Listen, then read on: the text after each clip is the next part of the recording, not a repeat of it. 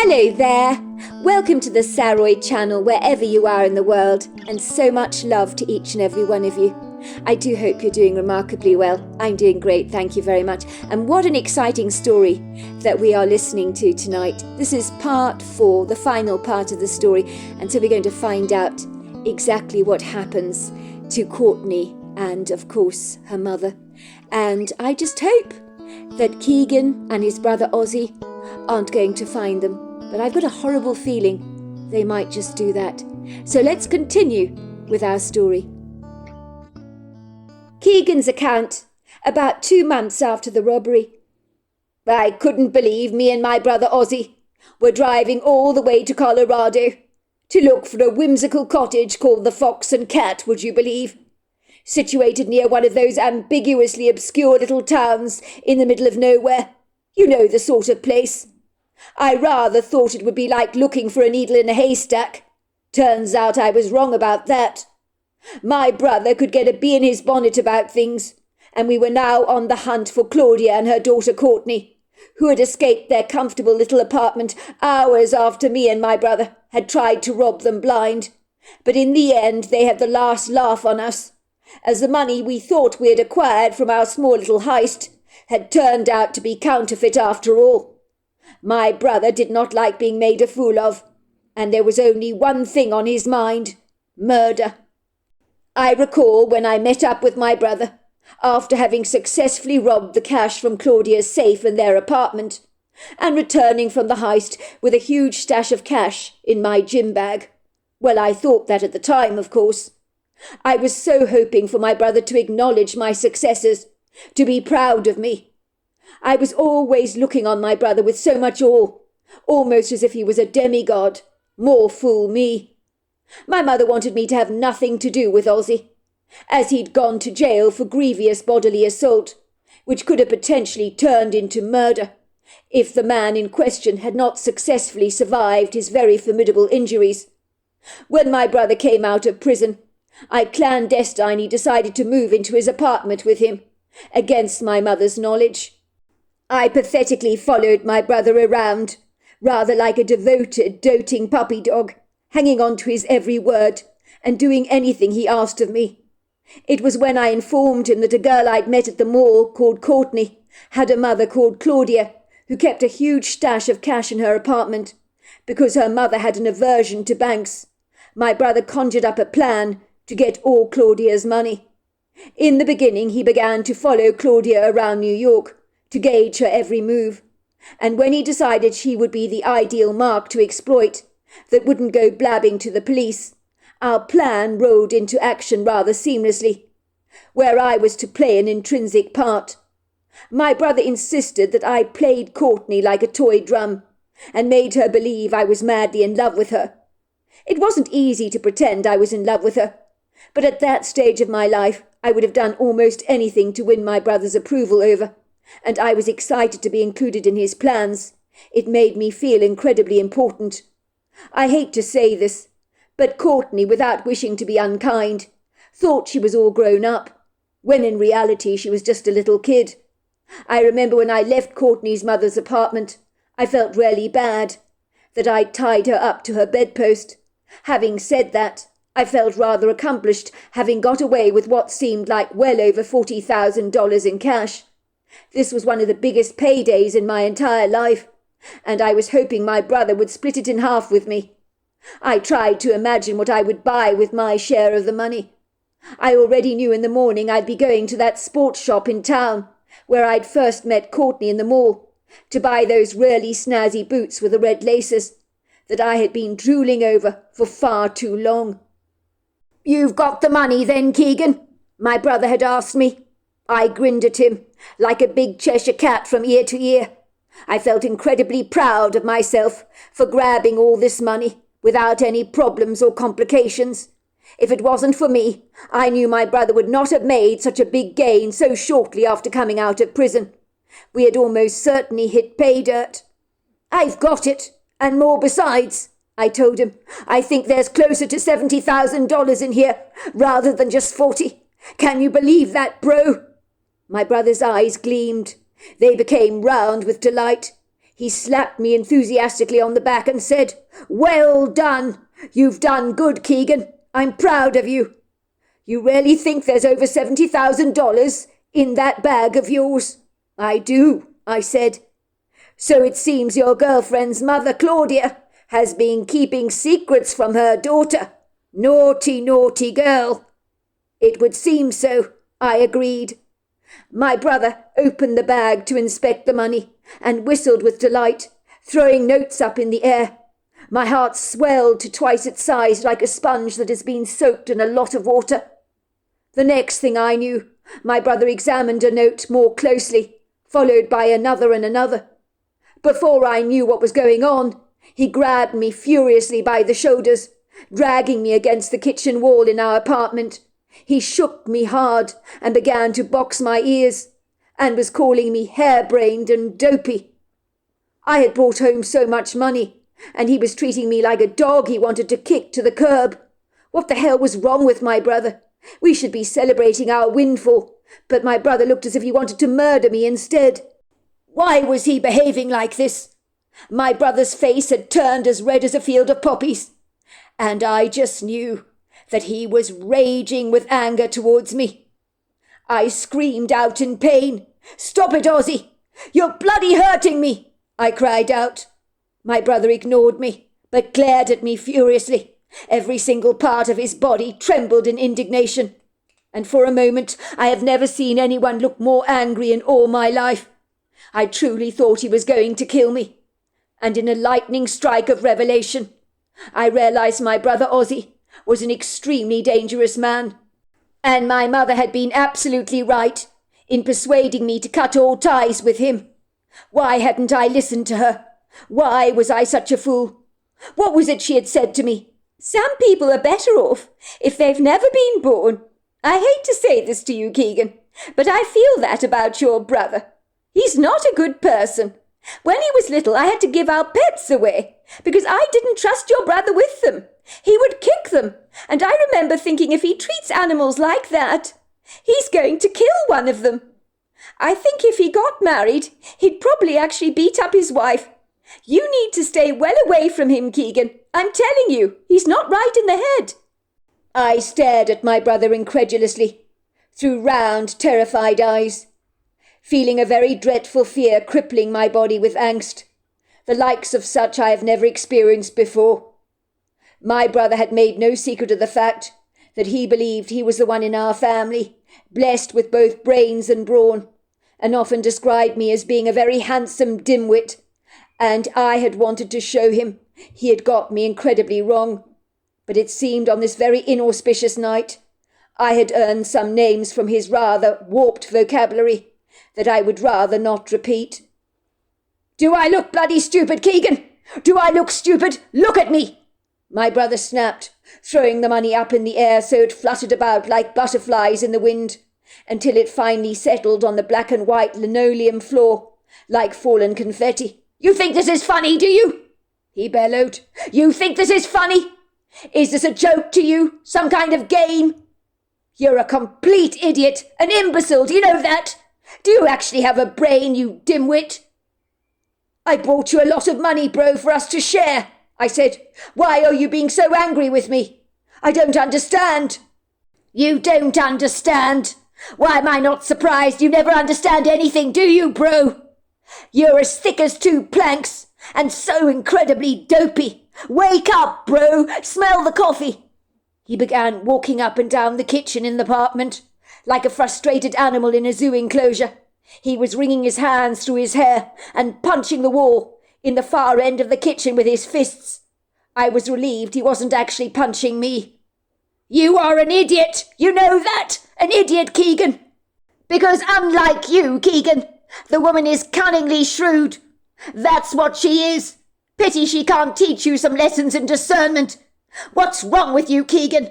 Have you got cauliflower growing between your ears? The money is fake, and if you look at it closely, you can see that very clearly. We've both been played, and let me tell you, that bitch is not going to get away with it. When I finally get my hands on the both of them, they are dead. Do you understand that? No one messes around with me like this. Especially not a woman, and gets away with it. You hear me, bro? No one! My brother had left me in the kitchen and marched over to Claudia's apartment in the early hours of the morning. No one had opened the door to him, so he'd kicked it down, and surprise, surprise, my brother discovered Claudia and her daughter had cleverly disappeared, having abandoned their apartment. He returned home looking reasonably satisfied with himself. He was wearing a very big smirk on his face, and there was fire in his eyes. I was to learn he had successfully managed to find the forwarding address of both Claudia and Courtney, as a note had been discreetly written to the landlord, asking for all mail to be redirected to a cottage in Colorado called the Fox and Cat. I couldn't help but wonder if the address was phony or fictitious, designed once again to lead us up the garden path, but I couldn't be sure about that. I knew unequivocally that in due course my outraged, overbearing brother would do his damnedest to extract his lethal revenge on these two innocent women. As far as he was concerned, they were going to pay big time for thinking they had outsmarted us. Of course, Ozzy let it be known to me, unabashedly, that had he been the one that had extracted the money from Claudia's safe, he would never have been easily duped or fooled by a pile of fake notes like I had been, because he was not stupid, which implied he thought I obviously was. He did consider that maybe Claudia had hidden a stash of notes in her apartment, in a less conspicuous place, but that was not his concern anymore. My bumptious brother didn't care about the money. He cared now about being humiliated, belittled, and fooled like this. He was prideful and contemptuous, and he wanted those two women to get what he thought they absolutely deserved. I was frightened for the two women, because my brother Ozzy, I knew, was capable of extracting his wrath on those two women. He had come close to killing me, and I'm his brother. So what would he do to those women? I couldn't even imagine. I really regretted getting involved with my brother, because in his anger I'd seen an awful side to his character that scared me half to death. Don't be angry, I begged him. Maybe Claudia did keep a large sum of fake money in her apartment, so that if she was robbed the thieves would walk away empty-handed. You have to admit she's a clever woman. Well, her cleverness is short-lived, bro, because by the time I've finished with her, she's going to really regret toying with us like this. But if I have my way, in due course she'll be pushing up the daisies. It was 2 months after the botched robbery that my brother made no mention of Claudia and Courtney any more, and I was heartily relieved by this. I was beginning to think the dust had finally settled, that my brother had thankfully moved on with his life. But no such luck. It would seem some elephants never forget, and my brother is one of them. We are going away for a few days, he informed me, on a camping trip, in a camper van I've borrowed from a friend of mine. I thought it was about time we enjoyed some good scenery, bro, together. Imagine it. We can do a lot of rambling in the countryside. We can camp under the stars. It's going to be fun. I had become increasingly distant from my brother of late, and had actually moved back into my mother's apartment. She still had no idea that my brother had been released from prison for good behaviour, as I didn't think it was in her interest to know this detail, as it would rob her of sleep at night. I was still having formidable flashbacks of tying poor Courtney to the bedpost, and I just knew that I didn't want to follow in my brother's footsteps, nor did I ever want to end up spending a stint in prison, or robbing anyone in the future. This was not a life for me. It was not worth following a life of crime. Sooner or later you would be caught, and then years of your life would be stolen from you, that you would likely spend in a prison cell, with a psychotic prison inmate for company, and a single solitary toilet. My brother Ozzy had lost all his gloss. I no longer idolized him any more. He was like a snake in the grass that had shed his skin, and now I realized what a reptile he really was. I was almost glad the money I had raided from Claudia's apartment had all been counterfeit. At least it admonished some of my guilt. I had learnt some invaluable lessons from this experience, that I never ever wanted to repeat again. I do not know why my brother persuaded me to go on this camping trip with him. I guess for a moment he turned on the charm. He was good at that. He was so sweet to me, nauseously so, that I thought my misgivings towards him had perhaps been rather groundless. Maybe he wasn't such a bad guy after all. I mean, he had lashed out at me contemptuously on the night of the robbery 2 months prior, because he was affronted that the money I'd brought back from Claudia's apartment had all been counterfeit. I persuaded myself that despite everything, underneath it all, Ozzy was a good man. I guess I really wanted to believe that with all my heart, but a tiny little voice inside me told me otherwise. It was on our trip that my brother let slip that no, this was not really a camping trip. We were going to Colorado to find the Fox and Cat cottage, so that he could get his revenge on Claudia and Courtney. Why had I been so easily hoodwinked yet again? Was I really so ingenuously naive, so unsophisticated, that I couldn't actually see the wood for the trees? I should have realized that my brother was up to his old tricks again, and was not going to let his spiteful indignation towards Claudia and Courtney go. He was like a bear with a sore head. "Just what do you intend to do to them?" I asked him. "You're not going to hurt them, bro. Please, you can't do that. Keep your hair on, Keegan, will you? Look, bro, I want no part of this. You may want to murder 2 innocent people who rubbed you up the wrong way, but I'm not like that. I don't do things like that. It's crazy. If you carry on like this, next time you'll go to prison, Ozzy. You could be locked up for life. Do you really want that?" "Stop being so dramatic, Keegan, will you? Why are you so damn negative about everything? There are ways of making people's death look accidental, aren't they? Believe it or not, I learnt a few tricks in prison." "So you really are going to kill them both, are you, Ozzy? Is that right? You can't do that to Courtney. The girl is only 16 years old, with her whole life ahead of her. She's a nice girl. She doesn't deserve this. And then Claudia is her mother. If you hurt her mother, Claudia will have no family left. You can't do this to 2 innocent people, all over a bit of money that turned out to be fake. That's ridiculous. You're overreacting." "Overreacting? You really think I'm overreacting when those 2 women made fools out of the both of us? Those women are going to get what they both deserve. You don't have to do anything, Keegan, but you're coming with me. Do you understand? If I come with you, Ozzy, that will make me an accomplice to murder. I don't want to end up in prison, even if you do. Just drop me off here, bro. I can make my own way home. I'll go and stay at my mother's house." "You started all this, Keegan. I may remind you of that. If you remember, you were the one that told me that Claudia kept $40,000 in a safe in her apartment, and you were just as eager as I was to get your hands on all that money. So don't play your sweetness with me. You're going to finish this with me, because if you don't, it won't just be Claudia and Courtney gracing a graveyard. You can join them there if you like.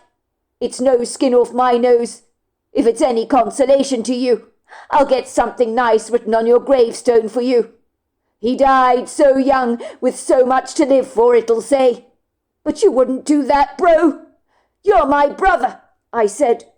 "Well, you're not much of a brother, are you, Keegan, if you don't have my back? You're a fair-weather friend, and I don't need any of those. So are you coming with me or not? You can decide now. But I want to warn you, your decision will have consequences." I was now frightened of my brother. There was darkness in the depths of his eyes that I'd never seen before, and if I didn't do as I was told, he genuinely might end up killing me. I didn't doubt that for a second. I decided to listen to the little voice inside of me that warned me to not wind my brother up any more. I truly think if I'd provoked him any further, he really might have killed me. My mother once told me that my brother was a psychopath, devoid of any empathy, and I knew he was on meds for the condition, but never have I ever felt more afraid of my brother as I did on this tortuous journey with him to Colorado. and his Glock 20 that he carried on his person. I was always mindful could be used on me, and it's one of the most powerful handguns you can get. What a fool I had been not to listen to my mother's salient advice. She warned me once never to get involved with my brother. He's a bad person, sweetheart. I really believe he's capable of murder. At the time, I thought she was being ridiculous, but now her words resounded in my head like a church bell, warning me to be extremely careful and always on my guard. Claudia, me and my daughter were watching a comedy on television. It was making me laugh so much. It was hilariously funny. All of a sudden I heard what can only be described as a crunching sound outside the kitchen window, as if someone was snooping around our property. The noise naturally made my hackles rise. That's funny, I thought, deciding I needed to investigate the noise at once. I didn't put the kitchen light on, but discreetly walked into the dark room to see if I could see anything going on outside. I very nearly screamed as I entered the kitchen, because I observed an 18-year-old teenager had climbed through the kitchen window and was standing on the sideboard. He was slipping down from the sideboard to the kitchen floor. He made gestures for me to be quiet as he pointed back at the window. I recognized the man at once from the video footage when I was on the train as my daughter's ex-boyfriend Keegan. The teenager continued to put a finger on his lips, gesturing for me to be quiet. He whispered to me, "Get out of this cottage at once. Run and hide with your daughter. You're both in mortal danger. My brother's coming in through the window after me. I think he's going to kill the both of you. He hasn't seen you yet, but you need to go now." I could hear a familiar voice outside the kitchen window, which I recognized as belonging to Ozzy. There was no doubt it was his voice. He was whispering to his brother. Keegan, is the coast clear? Can I come in yet? Is anybody around? Can you hear any activity in the house?" Keegan answered his brother. "I think someone might be coming. Hold your horses. I heard a noise in the hallway." "Well then get back here, Keegan, now," hissed Ozzy. "We need to catch the duo by surprise. Didn't I tell you that?" I nodded at Keegan, telling him in my silent language that I understood what was going on. I wasted no time in rushing to the living room and grabbing Courtney off the couch by the hand. "What are you doing, Mum?" she asked. "I'm watching this lovely comedy." "We need to leave now," I whispered. "Ozzy is here." My daughter's eyes grew as wide as saucers. She knew what this was about, so no more words were exchanged between the both of us. We both sneakily discharged ourselves through the sliding room doors of the living room that led directly onto the wraparound porch and into the backyard. This was a journey we had to undertake on foot, as in our tumultuous, life-threatening situation, in which we had found ourselves so unfortunately entrenched, we had no time to lose at all. Time was a luxury we could ill afford. Worse still, a lifeline to any help in regards to our cell phones were upstairs in our respective bedrooms on charge. They were well beyond our reach. We had no choice but to discreetly abandon the cottage and make our way to the woods, finding the path, the quick shortcut to Rancher Eddie's farmhouse, where we would find ourselves acquiring some safety, but that seemed a long way away. It was most fortunate that my daughter Courtney knew the way down these earthen trails rather well. She was often on Ed's property, riding his horse Piecrust around the grove. But at night things were so much more menacing. It was in this pitch blackness, where all light had been temporarily expunged from the sky. With the cautiousness of two furtive cats, we gingerly ran to the wooden pole fence that separated our piece of land from Rancher Ed's property. We climbed under the fence, with hearts thundering so loudly, I was sure my heartbeat would be heard by Ozzy himself. Looking over our shoulders to ensure we were not being followed, I observed lights being switched on in every room in the cottage, as if a search was underway. I could hear Ozzy's deranged, outraged voice bellowing loudly, "Where the hell are they?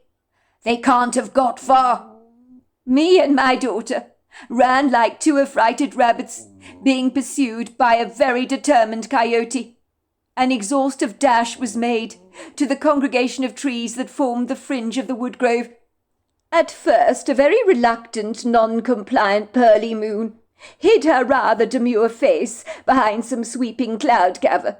But suddenly she seemed to re-emerge again as if by magic from behind the foggy curtain, graciously offering us a smidgen of much-needed light, which was enough to help us navigate our way to the trees.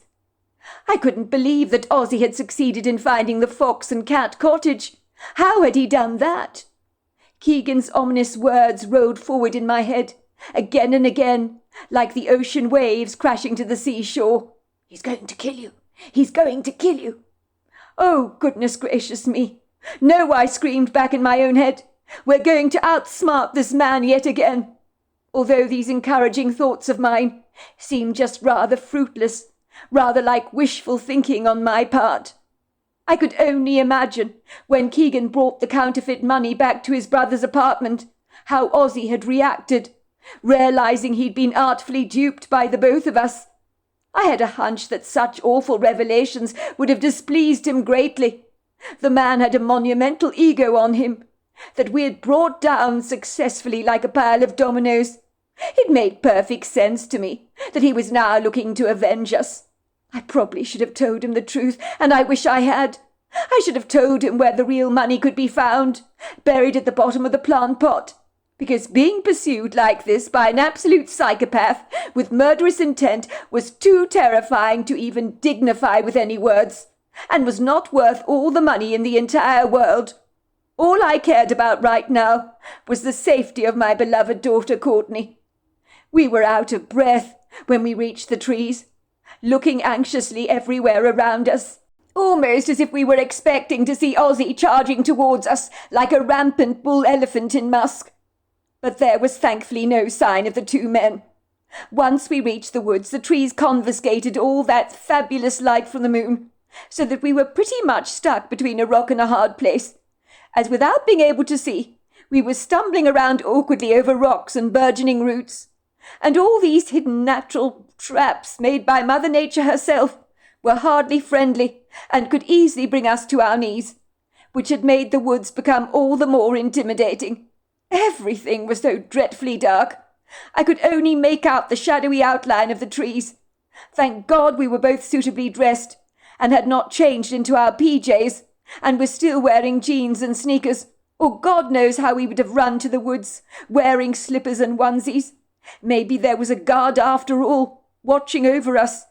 It was pretty cool in the wood grove, as a light wind brushed against our skins. But I never felt the biting gasps of cold air. I was overwrought with fear. I didn't even notice the mosquitoes hungrily feasting on my skin in an all-you-can-eat buffet.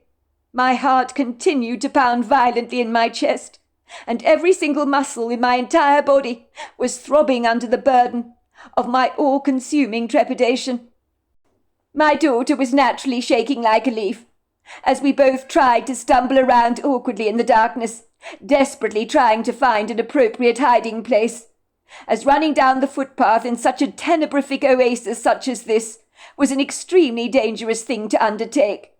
None of the hiding places we located were at all good enough, but they'd have to do. I hadn't closed the sliding doors to our living room because I didn't want to make a noise, but they were left open, and it would be obvious to Ozzy we had made a run from it from there. He would likely guess we'd crawled under the wooden pole fencing to run to the trees in the wood grove for cover. You wouldn't have to be a rocket scientist to assume that. He would catch up with us soon enough. I was sure of that. I had a profound sense that our lives were in grievous danger, and Ozzy's intention was almost certainly to kill us. I rarely felt as if me and my daughter Courtney were being cruelly hunted, like a program I'd once watched on television called The Hunger Games. I hated that program. I now knew what it felt like to be hunted by a predator such as Ozzy. I nearly wet myself when I heard Ozzy's familiar voice, getting closer and closer, far too close for comfort. "It's obvious they're hiding around here," he said. "They made a quick run for it through those sliding doors. They must have heard us when we broke into the house. But they can't have got very far, in the darkness out here, unless they've got a torch with them, which I seriously doubt. They're not going to outsmart us this time, Keegan. This time we'll have the last laugh on them, and let's see how they like that." "Must you do this?" came Keegan's pleading voice. "You're not being reasonable, Ozzy. What did Claudia and Courtney ever do to you?" "Shut your face, bro, will you? How many times have we talked about this? Those two are going to pay for humiliating us, the way they did. Do you have no pride, bro? No sense of self-respect? Shame on you, that's what I say. We are going to find them, and when we do—" He made a joke. "Fee-fi-fo-thum. I smell the blood of an American." I took my daughter's hand very silently, and we eagerly crouched behind a very bulky trunk of a tree, and we could see the bright light of Ozzy's torch piercing the dark shadows with its powerful, very abrupt, piercing, invasive light. "I know you are here, Claudia," came Ozzy's voice. "You're hiding here among the trees, but I'll find you soon enough." His voice was fierce. "You might as well come out of your hiding places, Claudia and Courtney. Time has run out for the both of you. It's expired, I'm afraid. The clock is ticking. There's not much time left for your life on this earth. You really think I'm willing to accept being duped by the two of you without extracting my revenge? You need to be very careful, Claudia, who you play your silly little games with, because sometimes the cat you're toying with might just very well eat you alive. You two underestimated me, didn't you? You're a couple of very silly women who are going to get what's coming to you. You're going to get what you deserve tonight, and I'm going to make sure of that." Me and my daughter, who remained hiding behind the tree, squeezed each other's hands encouragingly. That was all we could do. We couldn't even see each other. My worst fears were confirmed when the light of Ozzy's torch penetrated the area upon where we were hiding. I knew in that dreadful instant our cover had been blown. Ozzy had seen us. I could hear his satisfied, victorious laugh. "Gotcha! I told you couldn't get very far, Claudia. Long time no see. That was quite some train journey I had with you, was it not? Just a pity we couldn't meet on more favourable circumstances again." Me and my daughter tried to make a desperate scramble away from Ozzy, who had seen us. He focused his torchlight on us, and we began to run as fast as we could. Thankfully, Ozzy's light helped us to get ahead of ourselves, but I knew that he would soon catch up with us. He was taunting us and saying, "Tick-tock, tick-tock, the clock is running out. Run all you like, Claudia. You're not going to get very far in this dark labyrinth of trees. Wherever you choose to hide, I'll smoke you out. Tonight you and Courtney are prey, but I like my prey shooting up a lot of adrenaline. It always tastes better that way." All of a sudden it sounded as if a freight train was moving through the forest at a record speed, or a herd of thunderous bison were galloping through the trees. It was such a terrifying sound that even Ozzy's attention had been diverted away from us to the strange sound that obtrusively came our way. "What the hell is that?" he said to his brother Keegan. And before Keegan had time to answer, we heard a mighty thump of feet, a crack and a snap of a branch, and then standing before us was a powerful female Bigfoot. I could see the female Bigfoot very clearly, as the light of Ozzy's torch illuminated her conspicuously, so that every single contour of her strapping body became vividly apparent. And let's just say, you don't want to be encountering a whopping Bigfoot on a dark, inauspicious night such as this, for it can be a formidable sight indeed, that could haunt your darkest nightmares. "Bloody hell," said Ozzy. "It's a Bigfoot, Keegan. This thing is dangerous. Look at the way it's looking at us. It's going to kill us. I have to kill it first." He was only echoing my own sentiments, of course. I wanted desperately to run away from this Herculean-sized creature, but my fear disabled my ability to move at all, almost as if every electrical impulse and firing mechanism within me that would normally persuade my legs to run had all but collapsed. The four of us were frozen to the spot. It was almost as if time stood very still. I did not know how to react to the Bigfoot. She was so powerful in every sense of the word. Ozzy was carrying a Glock 20 in his hands, but he seemed unable to press the trigger. It was as if his gun had jammed. My daughter squeezed my hand reassuringly and whispered, "She won't hurt us. She's going to help us. I know she is." I privately thought my daughter was completely out of her mind to suggest that this Bigfoot was benevolent, as why had it come charging at us through the trees like this, imposing more of a threat to us than even Ozzy had done, because with one swipe of her powerful hand, she'd easily be able to kill all four of us without any problem at all. My daughter, who moments before had been trembling, suddenly seemed to relax, as if her fears had dissipated. The Bigfoot was the most terrifying creature I have ever beheld.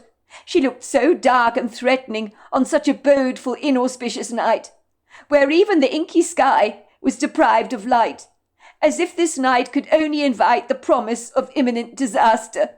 I could see my very life flashing before my eyes, taste the bitter nausea that began to impregnate the very back of my throat.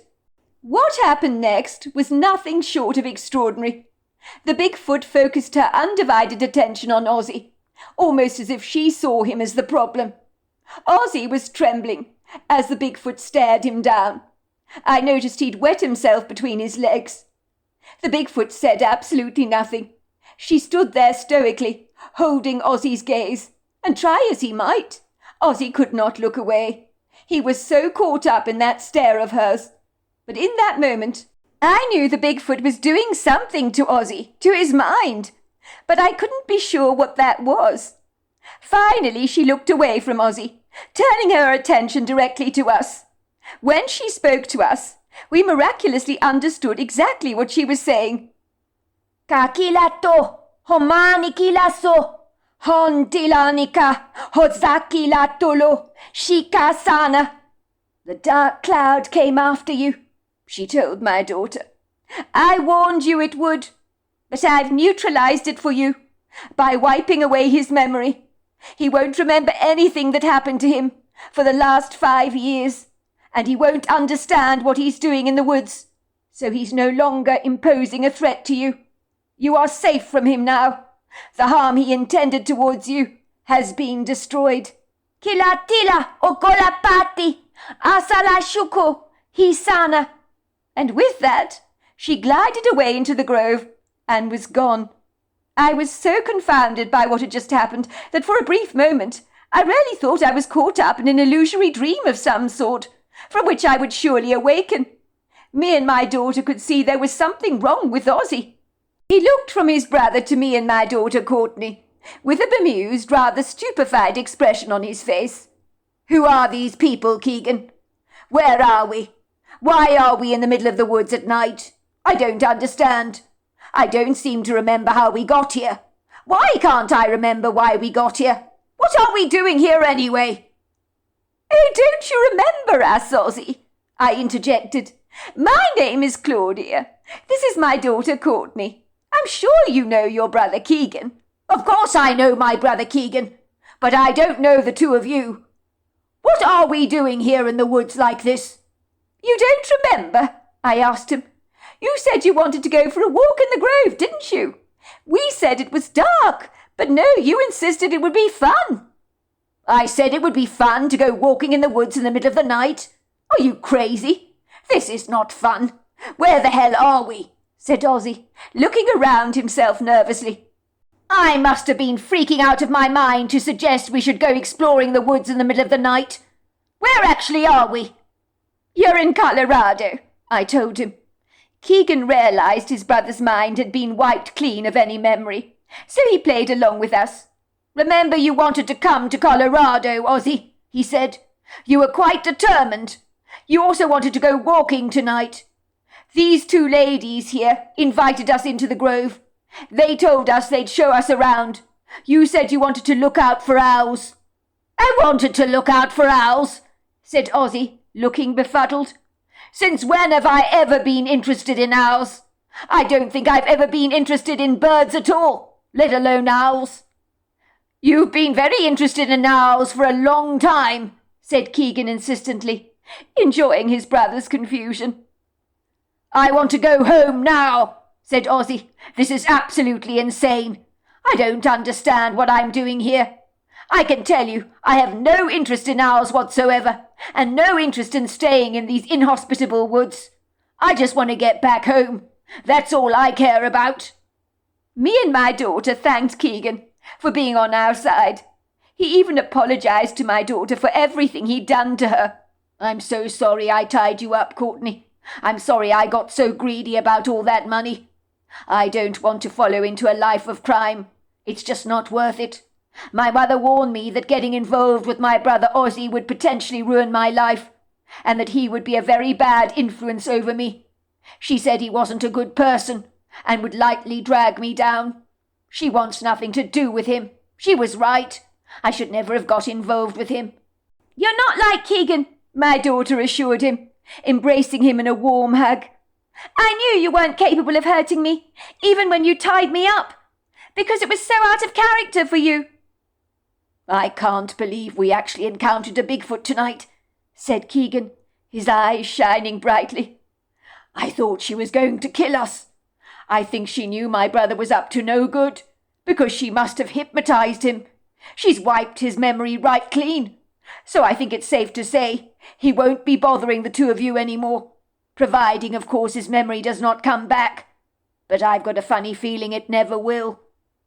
To cut a long story short, my daughter kept in touch with Keegan for many years after the event, and he affirmed that the Bigfoot had not only successfully wiped Ozzy's memory clean for the events that had occurred in the last 5 years of his life, because even years later, he could not remember anything. He falsely assumed he was suffering from amnesia, because someone must have struck him down while he was serving his prison sentence. Ozzy decided to become a plumber, believe it or not, and was determined to live a life of integrity, as he didn't want to return to prison. It was like even his personality had done a 180, and his psychopathic tendencies had all gone. The best news of all is he rekindled his relationship with his mother, who believed her son Ozzy had undergone a personality transplant. "Going to prison was the best thing that ever happened to you, Ozzy," she told him. "It's clearly knocked some sense into you." To which Ozzy replied, "Somebody beat me in the head, Mum. I can't remember the last 5 years of my life, but there's no way I ever want to return to prison, even though I can't even remember what that was like." I have no idea what the Bigfoot actually did to Ozzy, but I do understand that Ozzy is a new man now, who even shows kindness to animals. He now owns a spaniel called Beaver, who he apparently describes as his very best friend. I've managed to have a couple of books published, and am still living happily in the Colorado countryside with my daughter Courtney. But I've not seen the female Bigfoot since, but I'm sure she's out there somewhere, but remaining elusive, unless of course she decides to show herself, which I hope she does, for I would very much like to thank her for what she did for us. For if it wasn't for her, I don't believe me or my daughter Courtney would even be alive. So there you are. That's my story. Wow, what an incredible story. That was absolutely fabulous, and I'm so glad that Bigfoot wiped Ozzy's mind completely clean. And it seems that she did something else to him, because he was no longer that despicable psychopath he'd been before. So what an extraordinary story. Until next time, goodbye and good night.